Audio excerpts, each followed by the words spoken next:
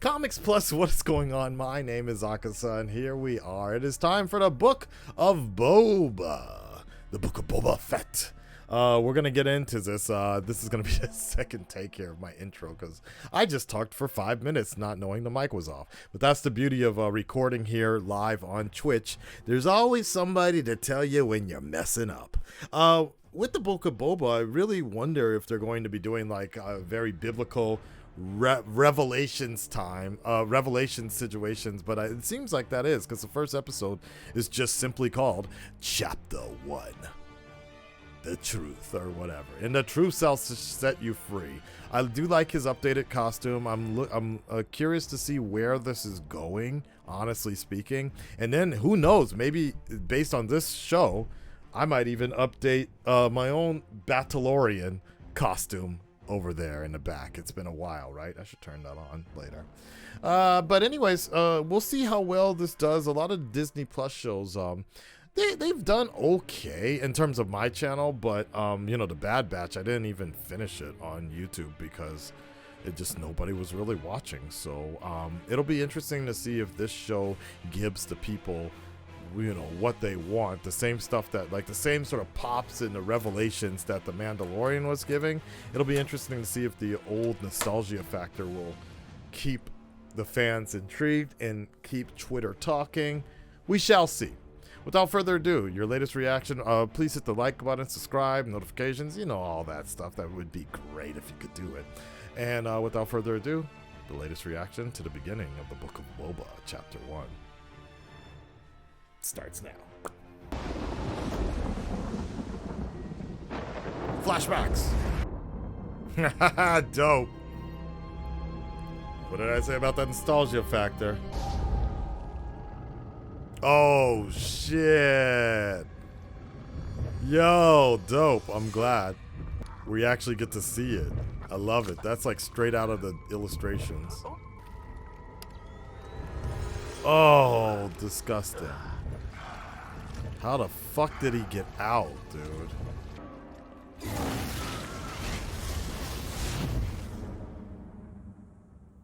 No, oh my god, I really want to see specifically how he got out of that shit. Really? Is it? No way. I heard that thing is like miles deep. That was like legit, like Kill Bill, Kraven's Last Hunt style.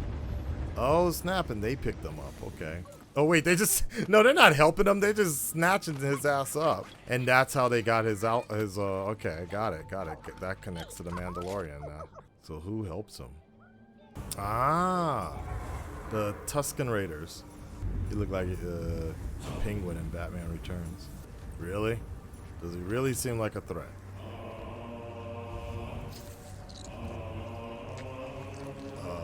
What?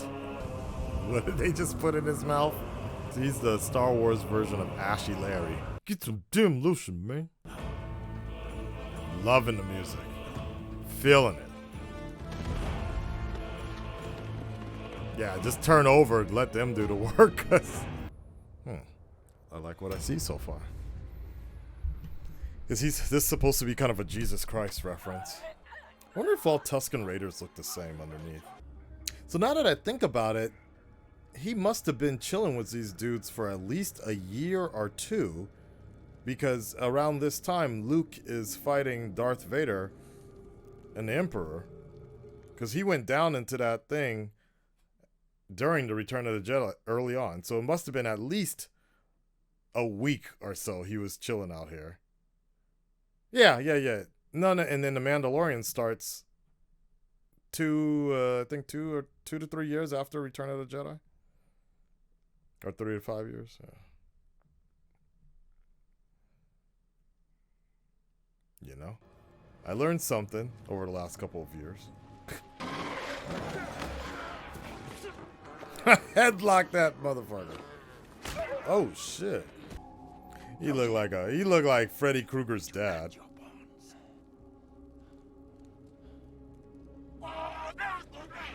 What a dickhead.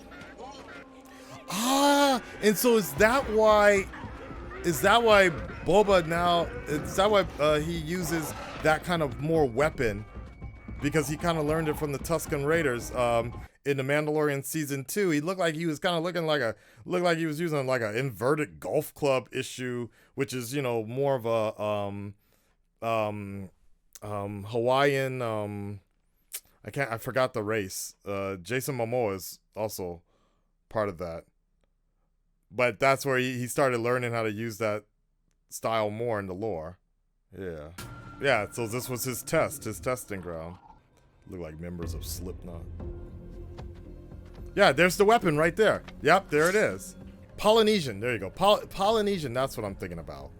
I know it's actually a traditional Polynesian weapon. I believe they mentioned that in the behind the scenes, but in Star Wars lore, this is where he kind of adapts to using that instead of his blaster. Hello.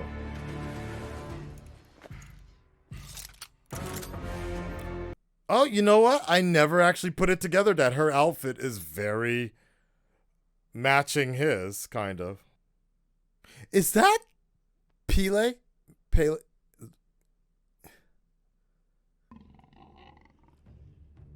Would you be loyal to me if I were to spare you? Whoa.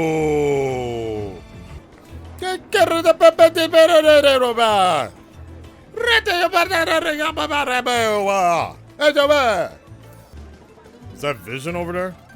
Hey, wait. I just realized, is that the freaking elephant from Captain EO? I got it. Hurry up and fix it, Booter. What was his name? Keys or Squirrels or something? Booter! I got it.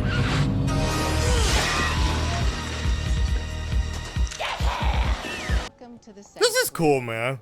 Would you care to partake in any of our... They're definitely expanding the lore Maybe another that time. people like. I'm here to talk business. That was quick. Yeah, check the... Oh, Yours looks shinier than mine. there you go. There you go. Oh, that almost worked. Oh! Choke slam! Get over here! There you go. That's probably the easiest one. There you go. I'm glad that we're getting her. Oh, snick! That's cool, man. We're getting a lot more action than we did with the Mandalorian. Really? You only need one alive.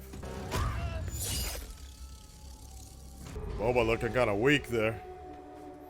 Not a good plan on your first day out. Oh, wait, is that Luke's? No. Is it? It's a moisture farming place. Might be somebody renting Luke's place out as an Airbnb. Space Airbnb. What the hell is that? Wait, what? Whoa. Oh, shit! Oh, it's one of those Rancor things, right? Wait, what the hell is that? What the hell is that? Lizard Goro. Jesus. Oh, is this how he... Because doesn't Boba get scratches on his face? Oh, okay. Shit. I'm not gonna lie, he kind of made that look easy. I am the Chain Man. I think you're right, Dreaded Jay. Yeah, that is the beast from the hologram. Damn, is that like the equivalent of Thanksgiving for them? Like, did they just score a mighty fine turkey or something? Right. Boba joins the Slipknot band. And that's it, right? Okay. Robert Rodriguez, no wonder it looks so good, man.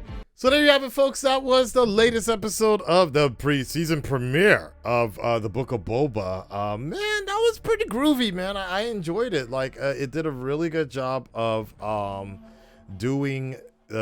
introducing the lore of the Boba without really explaining anything yet, which is good because, like, I kind of brought this up during the trailers and such. I'm like, well, you know, if there's really any background information on Boba, where should I, you know, what do I need to watch? And honestly, you know, his screen time in the movies was pretty short. You could watch that all, and I'd say about 12 minutes or so, less than that actually. You know, the biggest thing he did was fall into the Sarlacc pit in Return of the Jedi, if I remember. So so that was kind of cool. But what I really liked about it is like you could tell that Robert and John really thought this through about how were they going to establish flashbacks, and how are they going to mix in the canon with what they're trying to create. And one thing I specifically remember the most, anytime people talk about the fate of Boba and how he got out of, I believe it's the Sarlacc, right? The Sarlacc pit, or the Sarlacc monster, the pit, which is also a monster, right? A giant monster. I believe one of the things they always show is Boba like fighting these tentacles and really deep inside this kind of thing, and in that position and everything. So I think they did a fantastic job of recreating that iconic image. And it was always my thought that he you know, from what everybody else has always said, that, you know, most of his injuries, it took like years for him to heal up and get better. But I like the fact that they're kind of mixing a little bit of that together. Like, yeah, he's still pretty wounded, and he's still he's feeling the effects of all of that, and he needs to take the Baka baths daily, it seems. But in addition to that, it wasn't just him climbing out of the Sarlacc pit. It was him going through this kind of juggernaut, these trials, right? These trials of essentially being resurrected, so to speak, coming back from the dead, essentially. So I like this idea. I wish, the only thing is I kind of wish they had gone into a little bit more detail about, like, just really how many miles or how many feet did he have to like really dig through. And it just must have been so difficult to illustrate or to film and such, because to my knowledge the Sarlacc pits, like, they stretch for miles underground, and they have different caverns that they have to go through. And so it just would have been kind of interesting to see just how much walking and climbing and grinding, and, like, you know, he doesn't even know which way is up, which way is down, right? And he doesn't really know, has any grounding to it. But the claustrophobia of it just seems so crazy. So I love that idea. That I love the fact that he got through it. I just would have liked to seen a little bit more, because to really make you feel that phobic, i.e. Kill Bill, right? With that, just the whole punching thing that she was doing and then making her way out. We knew that she had to work her way 6 feet out. That's just a minor nitpick, but because otherwise it's just kind of, unless you know the lore, you just don't really know how difficult that really was for him. And I believe he may be the only person to have ever survived going inside a Sarlacc pit, if I remember correctly. So that's a whole nother thing, I think, which is kind of interesting in terms of the lore and how that all works, right? But other than that, I thought this was a fantastically done episode, and I hope that it will continue this way. Honestly, without trying to nitpick The Mandalorian too much, or Dave Filoni's work, as long as some little kid doesn't show up in the first couple of episodes or something, and they got to take some little kid under their wing, like we've seen with The Mandalorian and The Bad Batch, I think I'm liking it. As long as it kind of stays gritty, that's the main thing. You know, I know how some people really like when things get kind of campy or goofy or funny or whatever, or somebody starts to have a change of heart, or somebody falls in love. But I'm completely down with this just being a crime lore, space crime lore sort of show, and there is no good, so to speak. It's just different shades of gray, and seeing Boba just kind of replace Jabba's position, but knowing that, you know, he can't torture people, but he's gonna have to be bad. He's still gonna have to do very, very bad things to stay somewhat good, right? blood on his ledger and things like that. I mean, if you're taking over as the crime boss, it's gonna get messy, and I hope it goes that way. Yeah, exactly. Let's not, I'm okay with somewhat family friendly, but like I just don't want it to be like good morals and say your prayers, eat your vitamins type stuff, and like comedy jokes per second and things like that. I think there's a time and place for all of that, and I love when particularly shows like this, when it starts off a particularly certain way, grimy and gritty, just keep it that way, man. And I believe this is the venue where Star Wars can kind of show that sort of style. So we'll see. Red Nation, stand up, speak up, let me know what you guys think. I'll see you next week for the next chapter. Hit the like button, subscribe. The full reaction is going to be available on Patreon. That will always be given to you first. And then I get to editing. I will see you guys. You guys have a happy new year, and see you next year for the next episode. I'm out. Peace.